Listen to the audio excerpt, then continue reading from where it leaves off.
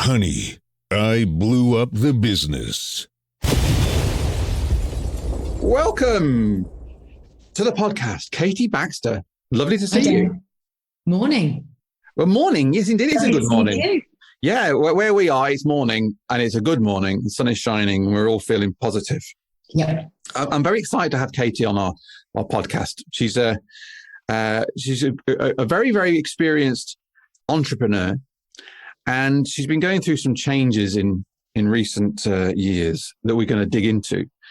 So thank you for being on our podcast, Katy. Thanks for inviting me, Dan. It's very exciting. Yeah, well, for those who don't know, the reason I'm doing this podcast is I blew my business up in 2017, and my life. Actually, I did a real proper job. I sort of blew the whole thing up, and through lots of hard work and I would say learning, I turned things around. But only just. I'm no smarty pants. So the whole podcast is I'm on a mission to learn, and by chatting to great entrepreneurs like Katy, you, the listener, can help avoid the mistakes I made and learn and grow.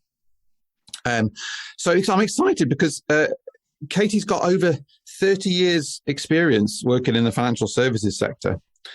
Is that exciting? It is exciting because it's a whole bunch of experience that I'm going to dig into and okay. With loads of information in there. But running family business advisory firms and a specialist wills and trust business. Yeah. She's also UK chair at $1 Million Round Table, or MDRT. I was. You was. Yeah. I see. Yeah, but explain what the MDRT is, because it's $1 Million Round Table. Says I've got this vision in my head of it being $1 million on a table that's round. Well, that's how it started in many ways. I think it was £1 million or $1 million worth of life insurance. And as an advisor, if you'd done that in the year, you'd arrange £1 million worth of life insurance for clients. Then you qualified to join $1 Million Round Table, MDRT, and it started at the beginning of the 1900s. And we now have, I think it's over 90,000 members in around 80 countries around the world. So it's a huge international organisation. And I've been very privileged to be part of the committees, both here in the UK and internationally. And that's been a huge growth experience for me. It's something that I've loved doing over the last 13 or 14 years. Brilliant. I mean, so she's a leader in her field, put it that way, at the highest levels. And she's very keen supporter of various charities. And there's been lots of change in the recent years. And she's just recently launched a new business called Montgomery Estate Planning. We're going to get into that. But I'm going to just remind you, the listener, if you haven't done it so far, please subscribe to the podcast and leave a 5-star review. 5 stars, not 4.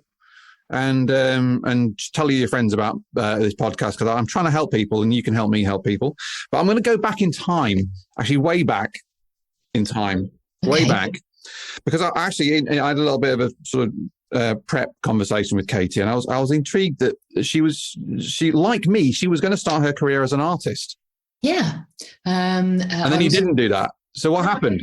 Well, that's an interesting question, Dan. I was all set to be an artist, fairly academic at school, but my love of getting knee deep in clay and paint overruled everything else.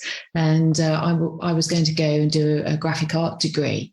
But I had some careers advice at school, which wasn't great, and decided that I wouldn't head off in that direction. Initially, I would take a year out and then apply to uni. And it just so happened that my dad, who was working in financial services, had just started his own company. And he needed some help. I thought, well, I'm going to spend a year helping him get the business up and running. And in the end, I was so motivated by the business side of things. And I so loved talking to clients that actually the year came and went and I hadn't really noticed. And, before too long, I was taking my exams so that I could become qualified in the world of giving financial advice. And that was the beginning of my career path. Interesting. So when you said you had the careers advice or bad careers advice, what did you mean by that? Well, for me, the advice was to go and do a 1-year art foundation course so that I could find myself. And I'd already found myself at that stage, and I didn't want to go and do that course. I actually wanted to go and work in television. I'd had some great work experience working for the BBC, actually, in their training department, doing some graphic art for them before the world of computers. And you had to, hand paint beautiful titles for programs. And so the foundation course was not something I wanted to do in the end. So I thought I would have the year out and then apply direct to go and do my graphic art degree. Okay, but you got caught into the family business, and that didn't happen. Yeah. Yeah, so it's interesting. I had a similar. I actually did my art foundation course. Right. You needed to find yourself then. I don't know about finding myself. I ended up leaving home and getting drunk a lot. But like, I could see, and I just reminds me of an experience where I turned up at Middlesex Poly in order to have my interview for my foundation course, and I remember the doors opening, and it was a few seconds before the smoke cleared. And I could see these comatose bodies across the floor. And there I was, very smartly dressed with my portfolio, picking my way across these comatose bodies to get to the reception. I thought, do you know what? This isn't me. Really? Yeah. The comatose bit came later. Yeah. Well, I think at that point in my life, I thought that probably was me, but that's a whole other story. But going back to Katie's life story, so you had this sort of near miss of a creative career, which I think is interesting, and I'd like to come back to that at some point as a theme about creativity and art and entrepreneurship and how that all weds together. So you've started. Your father had just started his business, and then you started to help, and then you got drawn into it in the sense of you enjoyed working with clients and you enjoyed learning about that. So what happened then is this is your, I guess, instead of going to university, you went into the University of Life or the University of Small Business, Family Business. Yes. Yeah. I mean, it was a brand new business. At that stage, we were working out of my mum and dad's conservatory at home before we moved into offices locally. But I just became very fascinated with the business side, being part of a growing business from very early on in the journey.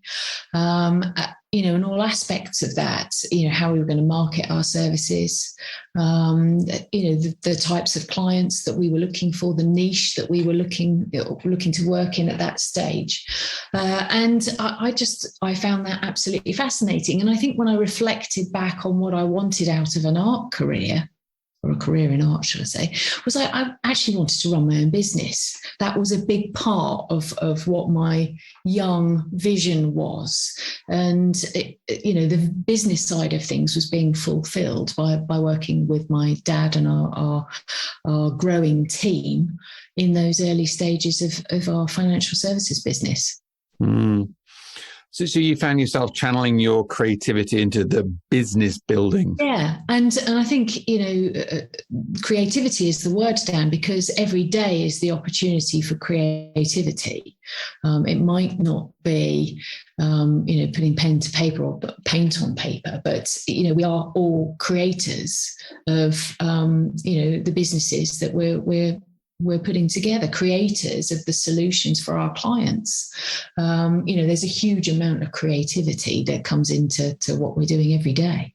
Yeah, it's very true. And I have a little hypothesis subplot that is artists and entrepreneurs are basically the same in the sense that they kind of intuit from the world something. I think so. You've got to have that creative streak in you in order to be an entrepreneur. I mean, that's absolutely for sure. I guess maybe the difference is how much risk you're prepared to take.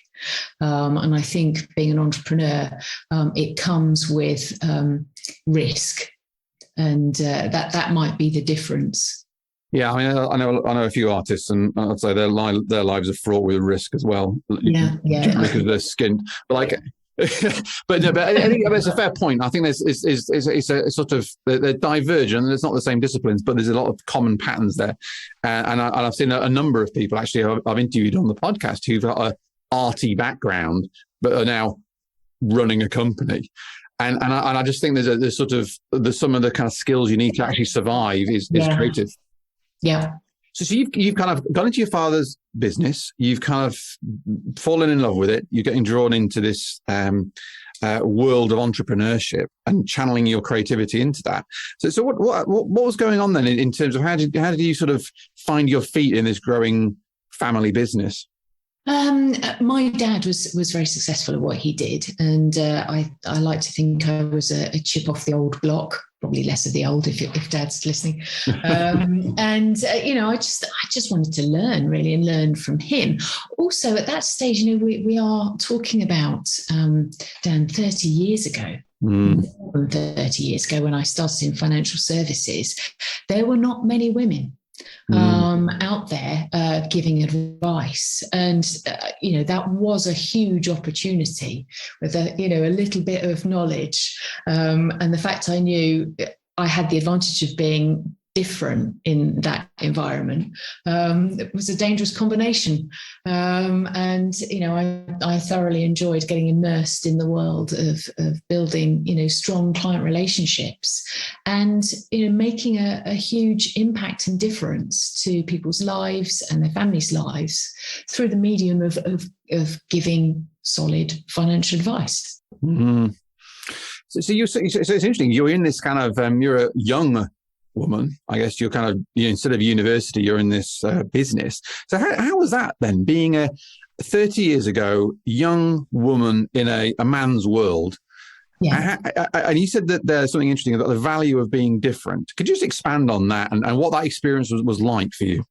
Yeah, sure. Well, back in the day, being a female financial advisor was a bit different. And, I was very conscious of that. And when I would, spend time with peers, or I'd go to, various events or conferences or whatever, there was, a very clear, picture of financial services at that stage. There weren't very many women in it. And, I felt that was a distinct advantage for me.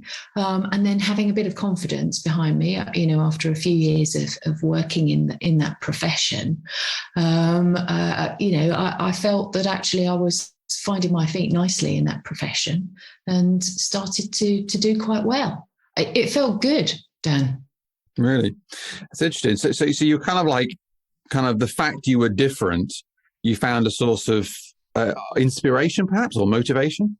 Yeah, maybe. But yeah, I was still learning from, the successful people in financial services. And, there were some extremely strong female leaders at that time in our profession, as obviously as well as strong male role models, my dad being one of them. So I had a desire to grow in that profession, and having the advantage of being female 30 years ago.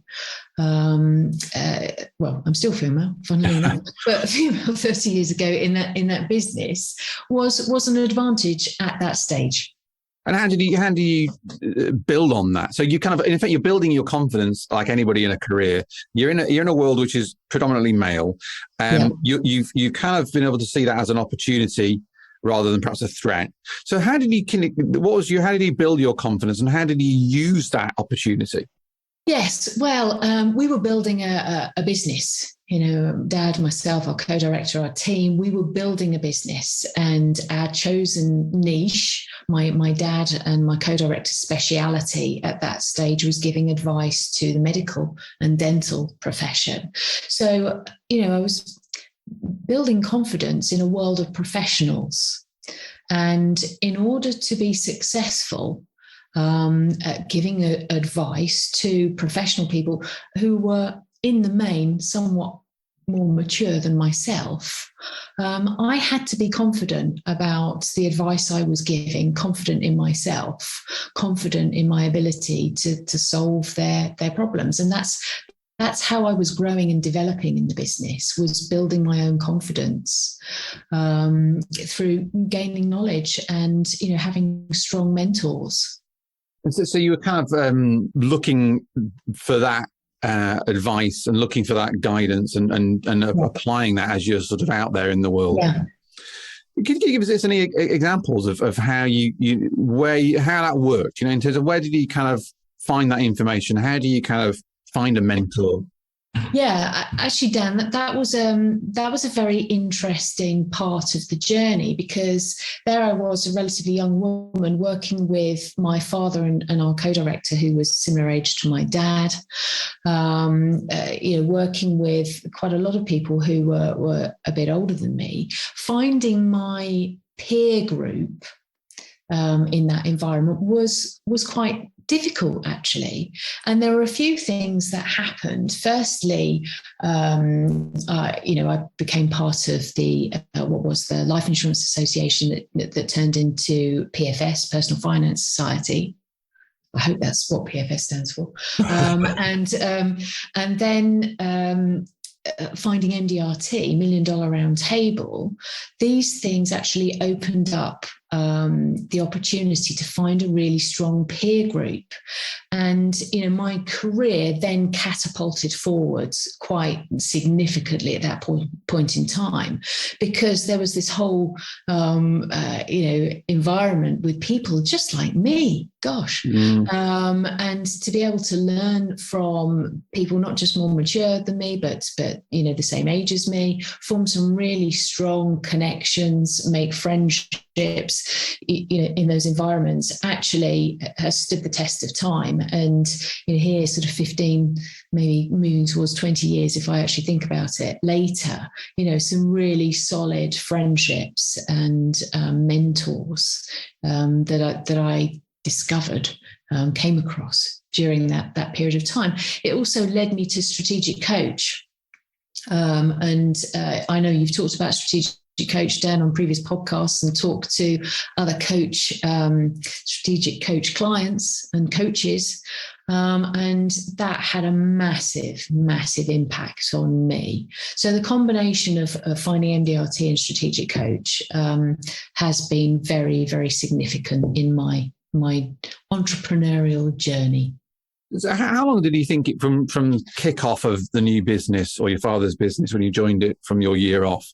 How long did it take you to find those networks? I mean, how long does that sort of process take? That took at least 15 years, Dan. And maybe it's because I wasn't looking for it, but it was probably the fact that I didn't know those things were there. But it was actually being, coming across people at industry events that then, started to build up those connections, and people saying, come on, you've got to be part of this. This is great. Come and see this. And, my dad had actually been a member of MDRT for a number of years, but never actually gone to any of the annual meetings or, explored the connections, because he was very much an island. He was very, very motivated and self-disciplined in a way that was quite impressive. And I'm not sure I've ever been quite like that. But in many ways, I don't think he needed that in the same way. But it's only when I, sort of found it, that I realized that it had been a big missing link for a good decade or so. So it was great to come across that support network. Yeah, it's funny. I found personally, I kind of for years had the myth of the sort of entrepreneur as this sort of forging, isolated hero, conquering the unknown. And I kind of, it took me a long time to work out that I should probably get some coaching or help, and I think it's something that, I think the quicker you realize that the network around you, or people around you, or the groups that you can consult with as peers, it is a sort of self-correcting mechanism almost. I think it's fundamental. Dan, I mean, it really is fundamental. And, when I was reading through some of the questions that you had suggested you might ask me today, I was thinking about what I've learned from failure or from those early days in my career. What's really made the difference is the collaboration side of things, is the fact that I know I can't do everything. And actually, I'm no good at everything. And I really, really don't want to do everything. I only want to do one at a push, 2 things. And I'm struggling to think what the second thing is. Okay, hang on, time out. What's the one thing you want to do then? I only want to spend time with like-minded people that fit into my niche for being clients of my business. Because I am fascinated with other people, what makes them tick, their businesses, their loves, their aspirations, and in my business, particularly their legacy. How they want to be remembered by the people they love, what they can do today that changes the future for their loved ones. That's the only thing that I want to do, is have those conversations. And, in order for me to excel as an entrepreneur in that place, in my, my happy place, my unique ability place, I have to have a strong team around me, people that deliver the other services, people whose unique ability is the other things that I need in order for us to actually build a whole business. Yeah, I think this idea of the team around you, and the team is an elastic word. In the team can be people employed by you, but it can also be like you say your MDRT team. It's a bigger thing. Yeah. It's your support network. And that's, people within the business, that's people outside of the business, people that deliver the things you need in order to be successful at, in my case, the one thing that I want to do. A couple of things are running around my head now. How long is it taking you to work out that level of clarity? Do you know what, Dan? It's taken me a long time. It's taken me a long time to work out that. And, I can't deny it's some failures along the way from a business perspective that have probably, given me the clarity that I needed in order to set up my new business in the way that it's set up. That understanding of me, because I don't think we spend a lot of time sometimes thinking about what it is that makes us tick. We can do all sorts of things. We're capable and competent in doing all sorts of things. Do we want to do them? Do we like doing them?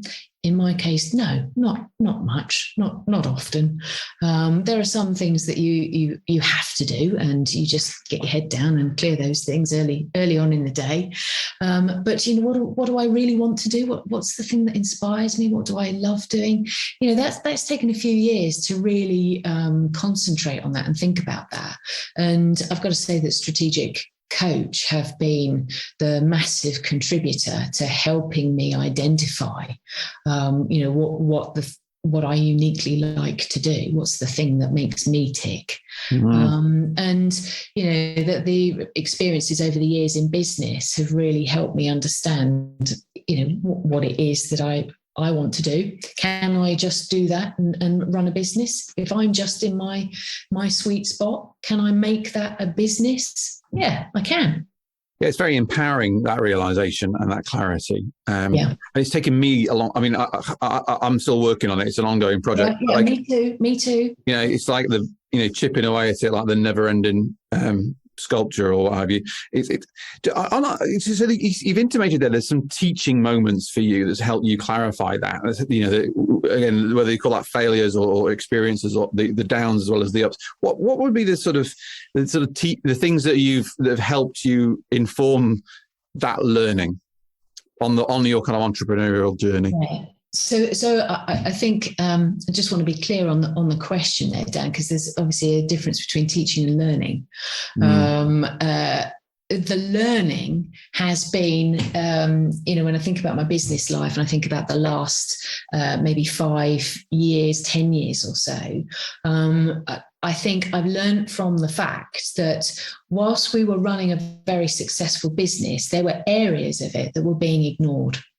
And if I was to put my finger on my biggest failure or our biggest failure 10, 15 years ago, it was the fact that we probably weren't changing fast enough, and the foundations of the business need to be looked at and reconsidered on a regular basis. Technology comes along, and if you stand still for too long, then you're going to lose a lot of ground. And so it's that sort of thing that I think maybe we weren't paying enough attention to.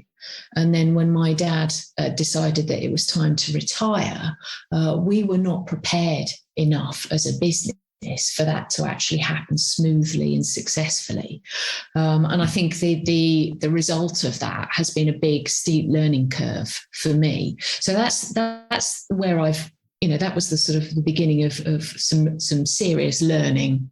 The teaching was, actually it was learning from how other people had dealt with things, spending time with entrepreneurs, with entrepreneurs in family businesses, talking to people that had been through it and had those experiences in the world of financial services, not just financial services, in the world in general, and getting wisdom from my fellow coach colleagues and MDRT colleagues, and just spend time thinking about what I could take away from their experiences and bring across into my own business life. I think that's the learning and that's the teaching. Also, one of the other things that when I was thinking about what I was going to talk to you about today, mentoring is a huge thing. Firstly, to be mentored by people that have been there and done it, but the opportunity to be a mentor to other people. And through MDRT, somebody approached me and said, "Katy, would you be my mentor?" And there's nothing like mentoring somebody else to really refine your own thinking on certain aspects, and clarify your own proposition, and what you're doing in terms of building a business and delivering services to clients in the best possible way. So I'd encourage any entrepreneur, wherever they are in their business life, to actually look for people to be mentees. Is that the right word? To mentor. Yeah. Because I really found that going through that journey myself actually, gave me probably more than it gave my mentee. So what do you think of that, Dan? Yeah, it's interesting because, and actually, I kind of perhaps when you talk about teachings and learnings, and I kind of perhaps sort of it's interesting you picked up on that as I was just sort of saying the sort of vague question, I suppose. But there's a relationship between the two. Actually, yeah. I agree. I've done some mentoring work, and it's funny, articulating what you know forces you to think about it first, then get it in a way that the other person can understand, and that process is clarifying. So I agree. There's a relationship between the person who's being mentored and the mentor themselves, yeah. and it's not linear. There's a clarification process there, and I think what's interesting with a lot of what you're saying is sort of the importance of other people around you. Yeah. Regardless of not regardless, but like the relationship is almost not the point. The point is there's an exchange of information or exchange of knowledge or of perspective. Yeah, an exchange of ideas, and if two people have got an idea and they share them, then each of them have got two ideas, and we know all this stuff. But I think you hit on a really interesting point there. Articulation is fundamentally important. You cannot have a business. You cannot develop in the business. You cannot, move forwards unless you've got a good articulation of your proposition. And that doesn't happen overnight. And, we're learning every day and we're gaining wisdom every day, I hope. But hearing yourself articulate it to somebody else increases your confidence, increases the value of your proposition. And, if you are then going to go and talk to clients about how your proposition can solve their problems, you've got to have a very confident way of articulating what it is that you can do for them. And so, I think you hit the nail on the head there, Dan. Having a mentee means that you're forced into a situation of articulating. It's your elevator pitch, but so much more. We think about our elevator pitch, but actually, people want to spend time with other people, and you've got the opportunity perhaps to articulate your proposition, over a space of minutes, hours. Who knows how you articulate it? It's not necessarily all verbal, is it? It's in the world of websites. I always work on the basis there are 50 strong people that will be attracted to my way of articulating things. And those 50 people will refer me on to 50 people like them who will respond well to the way that I articulate things. And it's no more than that. You're actually not looking for more than that. You're not necessarily looking for the masses. You just got to find those 50 people. That's interesting. There's a great book I'd recommend called "This Is Marketing" by Seth Godin. Oh, yes. And you'll be pleased to know that your advice is his advice. he talks about the minimum viable market. Yeah. Yeah. And this is what you just said. 50 people, that's what you need. Because if you look after them, they'll tell 50 people. Yeah. And you could even dial it down to 10. 10 people will tell 10, that's 100. They tell another 10, that's 1,000.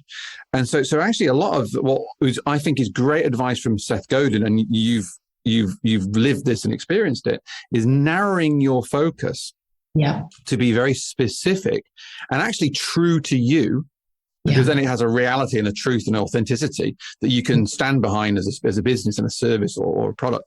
Then those people will fall in love with you because you're designing it for them, not for aggregate masses. Yeah, and this is it, Dan. You probably find that they're very similar people to you because you want to work with people that are like-minded.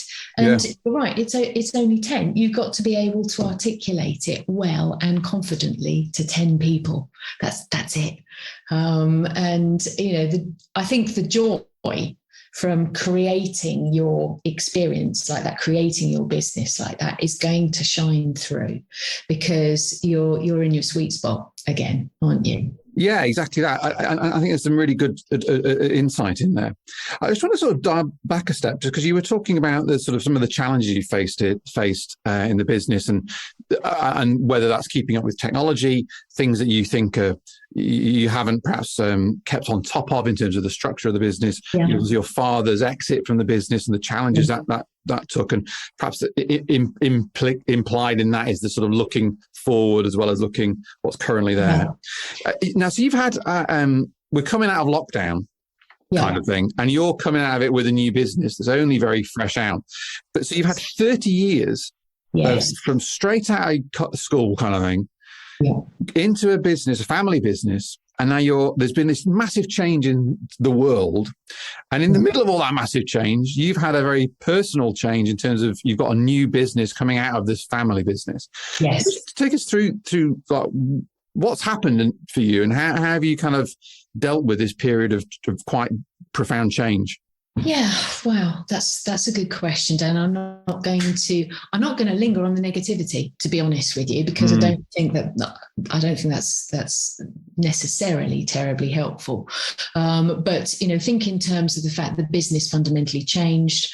My dad and my co-director exited from a very large business, very large family business. And I was just one person. And actually the things that then happened didn't go as smoothly as I might have wanted them to go. And, there was a very steep learning curve over a relatively short period of time. The result of that is one new business that's come out of the COVID experience, and I run a separate wills and trusts and estate planning business that's been there through that. The last 18 months has taught me a huge amount. Again, Strategic Coach have been quite influential in this period of time. They were an organization that pivoted extremely quickly in terms of, rather than us all rocking up in Toronto once a quarter to be on a workshop with Dan Sullivan, they had to pivot instantly to deliver high quality coaching workshops in a virtual way. And my business had to pivot in exactly the same way. I couldn't go and see clients. I was very, very conscious of the fact that my clients who are, all in the retirement phase of life were not having a joyful experience. How could I deliver our services in a virtual way that was meaningful, not just in terms of, financial planning solutions, more particularly in being a loving support to people that I cared about. And the families that I cared about during that period of time. So the new business is actually being born out of the experiences that we had during that. It's a completely virtual operation. Everything is digitalized, but it's keeping in mind the fact that my clients are in the retirement phase of life.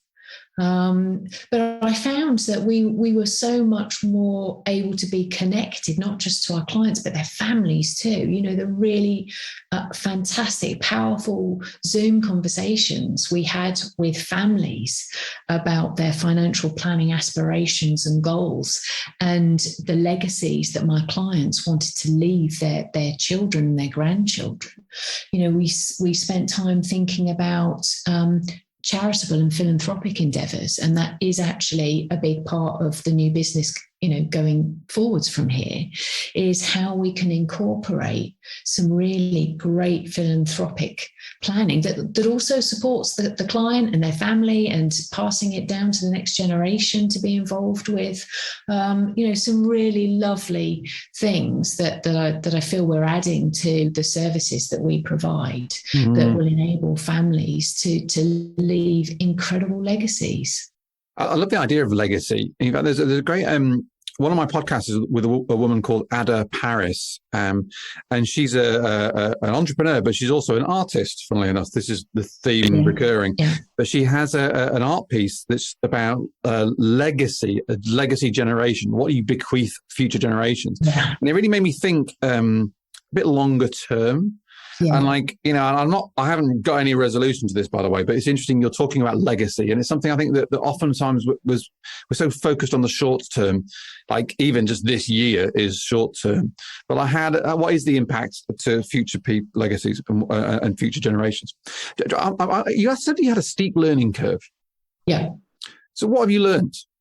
I've learned that I think that collaboration thing is an important thing, Dan, that I've learned, is having the right people around you first and foremost. Because in times of trouble, in times of business crisis or whatever, you need to have your own support system, whatever that looks like.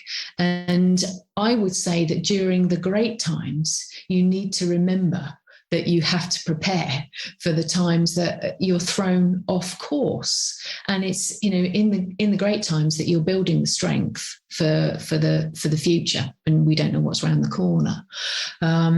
For me, I think I said to you yesterday, Dan Sullivan and Jim Rohn were probably the two things that really resonated for me last year, the way that I got through some challenges and come out the other side. I have to say that I love to read, and I like reading books, about business development, but about personal development, personal growth, spiritual growth.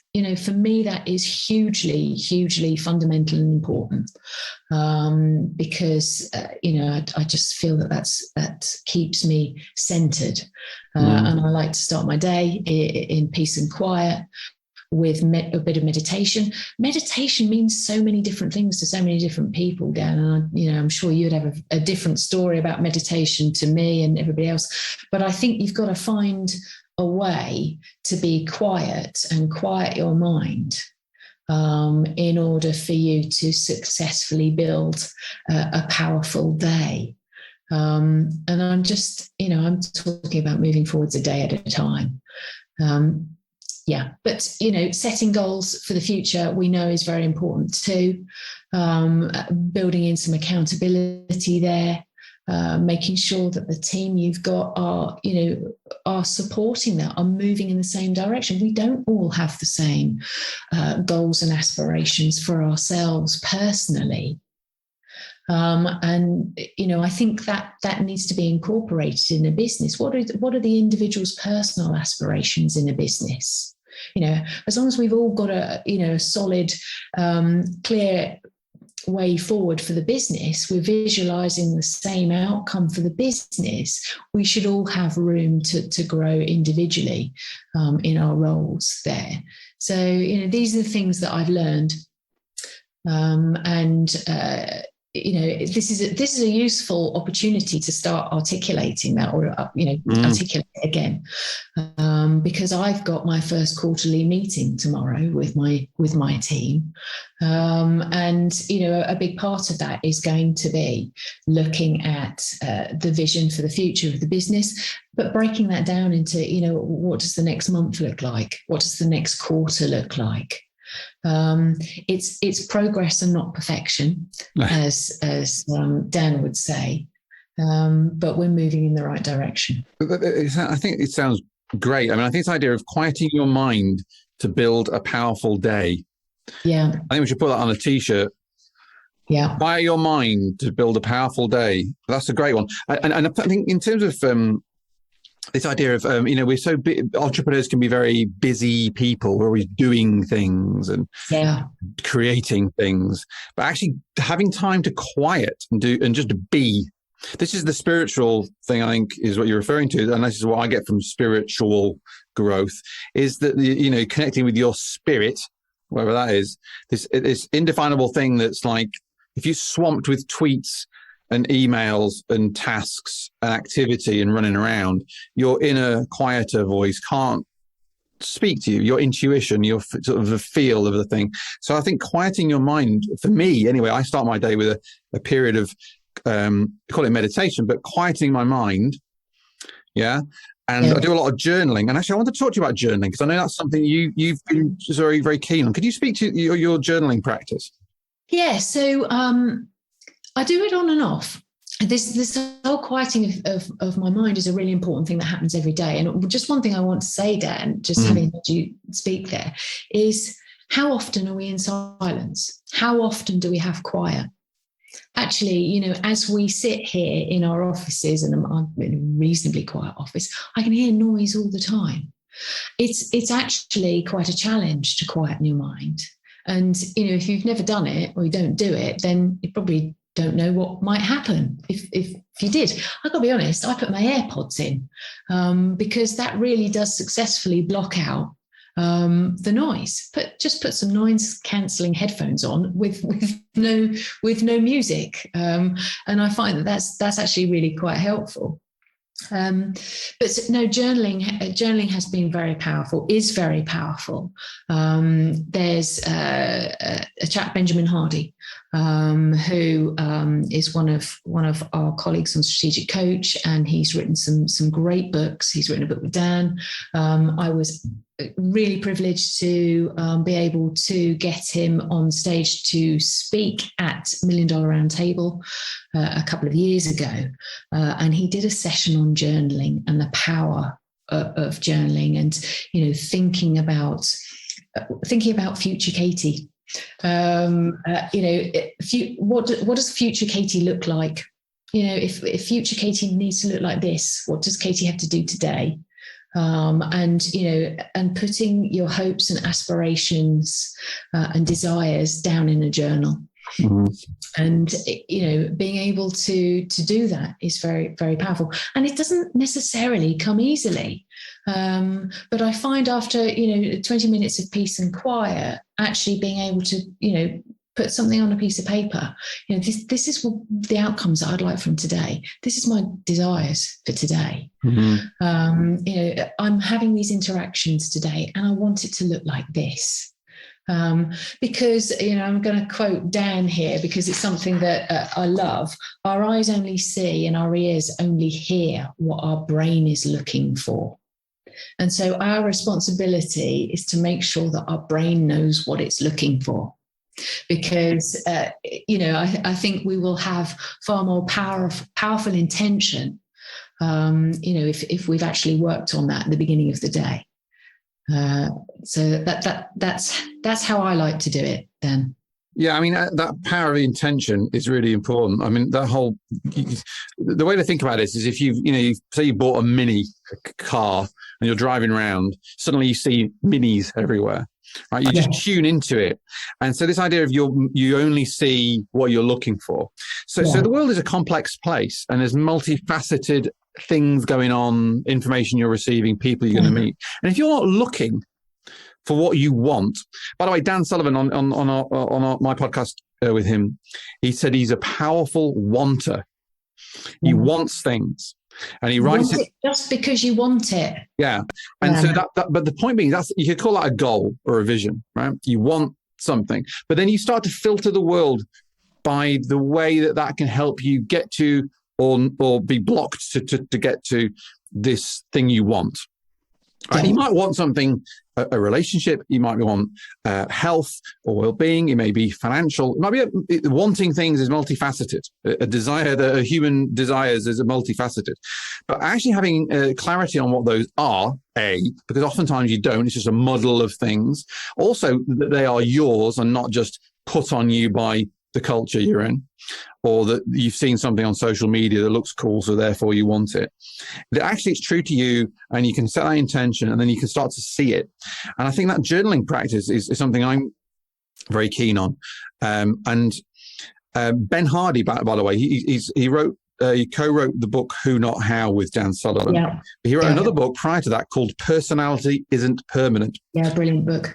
Personality isn't permanent. And there's a big thing in there about reflecting on your life, journaling, and then future Dan or future Katy. Yeah. So can you, this concept of future Katy, just kind of tell us a little bit about future Katy. What's she going to be like? Oh, yeah. Well, what can I say? Actually, one thing that I just wanted to add to what we both just said there about the journaling and the desires, the creating the future. Actually, a massive part of this is the feeling. The wanting is one thing, but it's the feeling that creates it. It's the passion behind it that's going to be the creative force. And here we are, Dan, we've gone full circle in an hour. It's back to that creation. I really think that it's, yes, wanting it, but actually the feeling, the desire, to quote Neville Goddard, assuming the wish fulfilled. That is the powerful creation or creative part of this process. Future Katy is she's growing a very successful business with all the right who's around her, with the freedom to work from anywhere in the world. And when I use the word work, I don't mean work. I mean to be in her sweet spot, her unique ability place, doing the things that she loves to do, which is talking to people about their lives and their goals and their aspirations and the things they love and the legacy they want to leave. Well, that sounds bloody brilliant. Brilliant. I think that's definitely something that you should aspire to. And what's interesting is, and I by the way, I've had this conversation with myself about future Dan, and oftentimes you've got to make sacrifices in the present to have future Dan happen, right? So if I'm eating cake every day, I can't be the lean version of Dan I want to be. Lean machine that you want to do. Yeah, exactly that. So it's kind of like, and so this is a kind of useful sort of tactic to trick yourself. Like the future you will thank today you to lay off the cake, right? Or whatever your thing may or may not be, right? And I think that's something that having that relationship with yourself, that means you kind of just a dialogue with your future state. Yeah, the feeling of healthy, a very fit, very motivated Dan is the feeling you have to have today, Dan. Okay, in order for future Dan to be what you want future Dan to be. It's that connecting with the feeling of the wish fulfilled that is the creative power here. And that's great. I mean, so we have gone full circle. The creative in you is active every day in your journaling practice, in your meditation practice, in your business practice. Yeah. And I think we've got illustrated here is no matter your discipline that you're in, you are a creative. You are creating your own world. And by the way, you are doing this whether you want to or not. It is happening whether you're intentional about it or not. I totally agree, Dan. Right on board with you there. Yeah, and what often happens is, stuff happens in people's lives, and obviously things do happen. But there's a point here where you can start to design what you want and create what you want, and that will require a certain discipline or a certain openness, and it's just changing how your mind's working, and perhaps some of this unconscious or subconscious thoughts to be more conscious, so you can channel it. And you're less sort of reactive in life. So all of that, 100%. That's really, by the way, that's really, really, really helped me personally, particularly the last 18 months. All that aspect. So I think that this is an interesting pattern that you get the same value, and I think it's really good for anybody listening. Right, we're edging towards the end of our time in our podcast. So I'm going to ask you the question I asked everybody at the end. There's all this advice out there for entrepreneurs, and particularly young entrepreneurs. What advice should young entrepreneurs, people starting out, or any entrepreneur, what should they ignore? What advice should they ignore? What advice should they ignore? I mean, you could say what advice should they take instead. I don't know. I would say ignore your nearest and dearest. To be fair, only take advice from the people that are paying the checks. Because you've got to have skin in the game. Is the first thing. So be wary of who you take advice from. I think that's something I would say.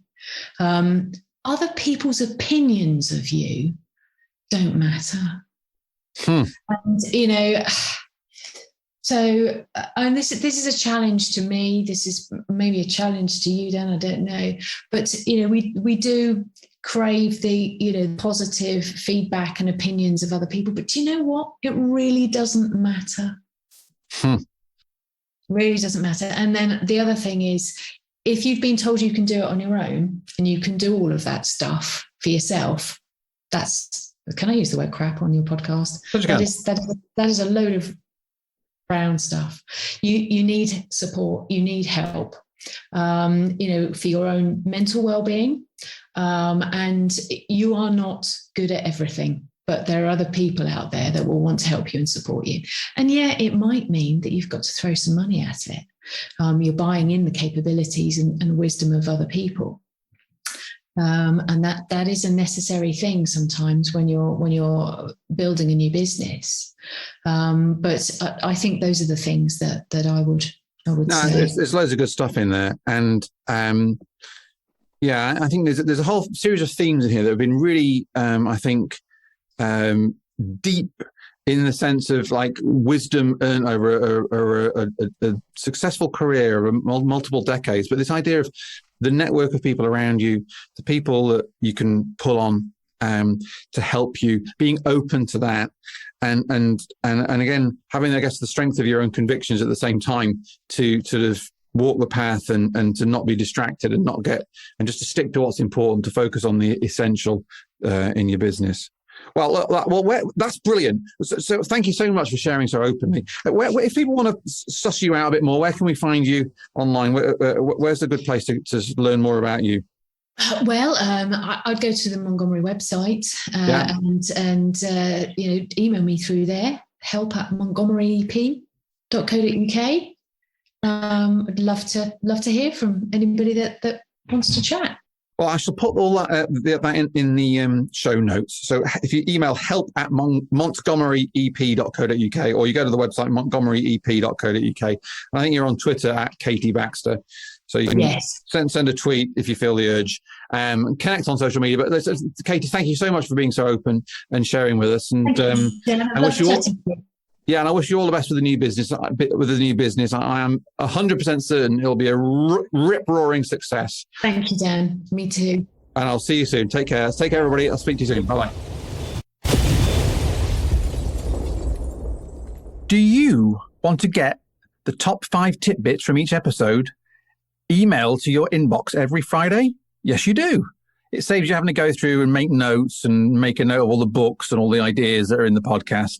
We go through and we choose the top 5 we like, plus put all the links into that email. So if you just go up to honeyiblewupthebusiness.com, yes, that's honeyiblewupthebusiness.com, and just enter your email address. There's a little box, just enter it in, and we will send you that information. And it saves you having to make notes and all that. That's make your life a bit easier. And of course, if you did enjoy the episode, please consider subscribing. We are trying to help people through this. So the more people that subscribe, review, rate on Apple, Google Podcasts, Spotify, the more people will see it and the more we can help. So help us, help other people, other entrepreneurs like you. And before I go, I've got to say big up to my company, the tech department, the company we blew up and put back together again. They're generously supporting me on this mission through the podcast. So if you guys want to have a look at a company that can really help you improve your technology, make it better so your business gets better too, boosting your sales and your profit and a bit more sanity in your life, a little less stress, then head up to thetechdept.com, the tech department. My company, give us a look. On behalf of all of us here, thank you for listening, and I'll see you next time.